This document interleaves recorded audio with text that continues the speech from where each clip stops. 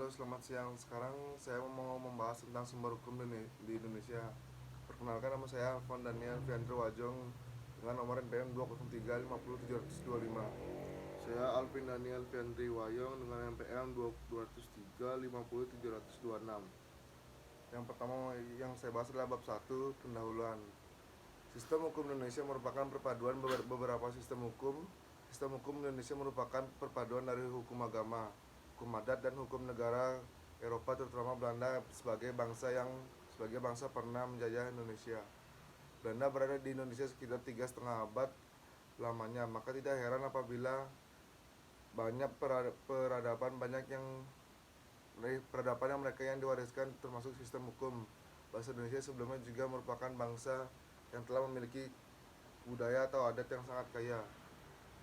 Bukti peninggalan atau fakta sejarah mengatakan bahwa di Indonesia dahulu banyak berdiri kerajaan-kerajaan Hindu-Buddha seperti Sriwijaya, Kutai, Majapahit, dan lain-lain. Zaman kerajaan meninggalkan warisan-warisan budaya yang hingga saat ini masih terasa. Salah satunya adalah peraturan-peraturan adat yang hidup dan bertahan hingga kini. Nilai-nilai hukum adat merupakan salah satu sumber di Indonesia. Indonesia merupakan negara dengan penduduk muslim terbesar, maka tidak heran apabila bangsa Indonesia juga menggunakan hukum agama terutama Islam sebagai pedoman dalam kehidupan dan juga menjadi sumber hukum Indonesia. Indonesia negara hukum. Bab 2, pembahasan. Indonesia negara hukum. Indonesia merupakan negara hukum. Ini tertuang dalam Undang-Undang Dasar 1945 Pasal 1 Ayat 3 yang berbunyi, negara Indonesia adalah negara hukum.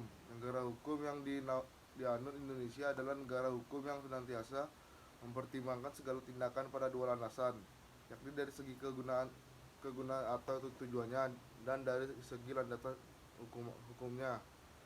Dalam buku Pengantar Hukum Indonesia tahun 2016 karya Hanafi Arif, sejarah hukum Indonesia pada masa sebelum kemerdekaan dipengaruhi hukum adat dan kemudian diganti oleh sistem hukum civil law yang disebabkan penjajahan Belanda. Sistem tata hukum yang digunakan sebelum 17 Agustus 1945 antara lain sistem hukum Hindia Belanda berupa sistem hukum barat dan sistem hukum asli atau hukum adat. Sebelum Indonesia dijajah oleh Belanda, hukum yang digunakan untuk menyelesaikan setiap sengketa yang terjadi di masyarakat menggunakan hukum adat. Pada masa itu, hukum adat diperlakukan hampir seluruh masyarakat Indonesia. Setiap daerah mempunyai hukum adat yang berbeda. Ciri-ciri sistem hukum: 1. Terdapat perintah dan larangan. Yang kedua, terdapat sanksi tegas bagi yang melanggar. Yang ketiga, perintah dan larangan harus ditaati untuk seluruh masyarakat. Tiap-tiap orang harus bertindak demikian untuk menjaga ketertiban dalam masyarakat. Oleh karena itu, hukum meliputi berbagai peraturan yang menentukan dan mengatur hubungan antara orang yang satu dengan orang yang lain, yang dapat disebut juga kaidah hukum, yakni peraturan kemasyarakatan. Kaidah hukum, sumber-sumber menjadi kaidah hukum atau peraturan kemasyarakatan. Yang pertama, norma agama merupakan peraturan hidup yang berisi perintah dan larangan yang bersumber dari Yang Maha Kuasa. Yang kedua, norma kesusilaan merupakan peraturan yang bersumber dari hati dan sanubari. Yang ketiga, norma kesopanan merupakan peraturan yang hidup di masyarakat tertentu. Keempat, norma hukum merupakan peraturan yang dibuat oleh penguasa yang berisi perintah dan larangan yang bersifat mengikat. Unsur-unsur hukum. Di dalam sebuah sistem hukum terdapat unsur-unsur yang membangun sistem tersebut, yaitu yang pertama peraturan yang mengatur tingkah laku manusia dan kehidupan masyarakat. Yang kedua, peraturan yang ditetapkan oleh instansi resmi negara. Yang ketiga, peraturan yang bersifat memaksa. Keempat, peraturan yang memiliki sanksi tegas.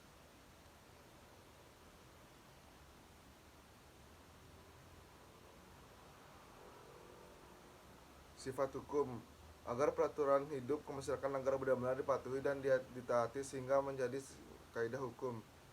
Peraturan hidup kemasyarakatan itu harus memiliki sifat mengatur dan memaksa.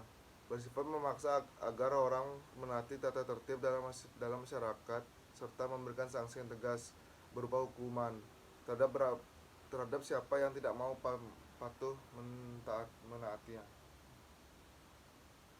Tujuan hukum.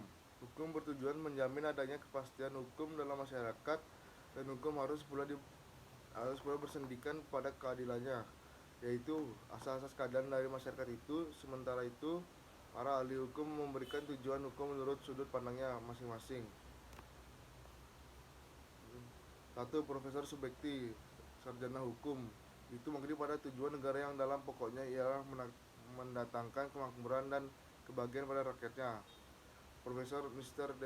MRDR LJ Van Apeldoorn, tujuan hukum adalah mengatur pergaulan hidup manusia secara damai. Ketiga, Geni, hukum bertujuan semata-mata untuk mencapai keadilan dan sebagai sumber daripada keadilan disebutnya kepentingan daya guna dan berkemanfaatan. Keempat, Jeremy Bentham atau teori utilitas, hukum bertujuan untuk mewujudkan semata-mata yang berfaedah bagi orang. 5. Profesor Mr. J. Van Kan, hukum bertujuan menjaga kepentingan tiap-tiap manusia supaya kepentingan itu tidak dapat diganggu.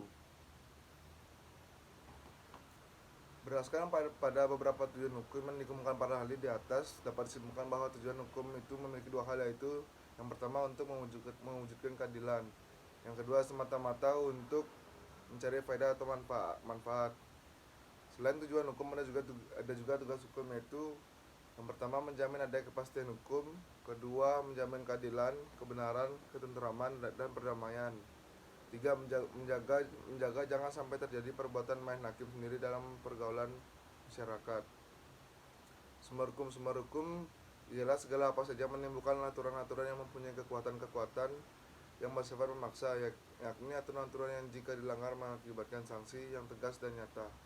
Sumber hukum dapat ditinjau dari segi yang pertama, sumber hukum material. Sumber hukum material adalah sumber hukum yang dapat ditinjau dari berbagai sudut pandang, misalnya ekonomi, sejarah, sosiologi, dan filsafat seorang kemasyarakatan. Yang kedua, ada sumber hukum formal. Membagi sumber hukum menjadi undang-undang atau statut, yaitu suatu peraturan negara yang mempunyai kekuatan hukum yang mengikat, diadakan, dan dipelihara oleh negara. Dalam arti material adalah setiap peraturan yang dikeluarkan pemerintah yang dilihat dari isinya mengikat secara umum, seperti yang diatur dalam tab MPRS nomor XX atau MPRS 1966. Yang kedua, dalam arti formal adalah keputusan yang dikeluarkan oleh pemerintah yang dikarenakan bentuknya dan dilibatkan dalam pembuatannya disebut sebagai undang-undang. Kebiasaan atau custom atau adat, perbuatan manusia yang tetap dilakukan berulang-ulang dalam hal yang sama kemudian diterima dan diakui oleh masyarakat. Apabila ada tindakan atau perbuatan yang berlawanan dengan kebiasaan tersebut, hal ini dirasakan sebagai pelanggaran. Kedua, keputusan hakim atau jurisprudensi adalah keputusan hakim terdahulu yang dijadikan dasar keputusan oleh hakim-hakim lain dalam memutuskan perkara yang sama.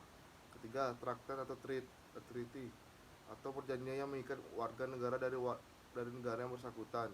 Traktat juga merupakan perjanjian formal atau dua negara atau lebih. Perjanjian ini khusus menyangkut bidang ekonomi dan politik. Pendapat sarjana hukum atau doktrin merupakan pendapat para ilmuwan atau para sarjana hukum terkemuka yang mempunyai pengaruh atau kekuasaan dalam pengambilan keputusan.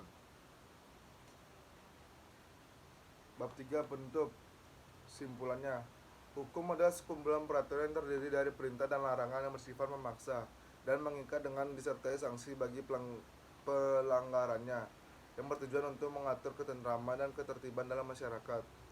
Untuk mencapai ketentraman dan ketertiban dalam masyarakat, dibutuhkan sikap masyarakat. Pemerintah pun juga harus sadar hukum.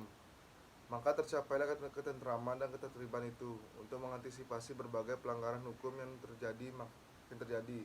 Maka di Indonesia telah ada berbagai macam pengadilan, dari yang mengadili masyarakat sampai dengan pemerintah dan para pejabat. Sekian dan terima kasih dari video kami mengucapkan terima kasih.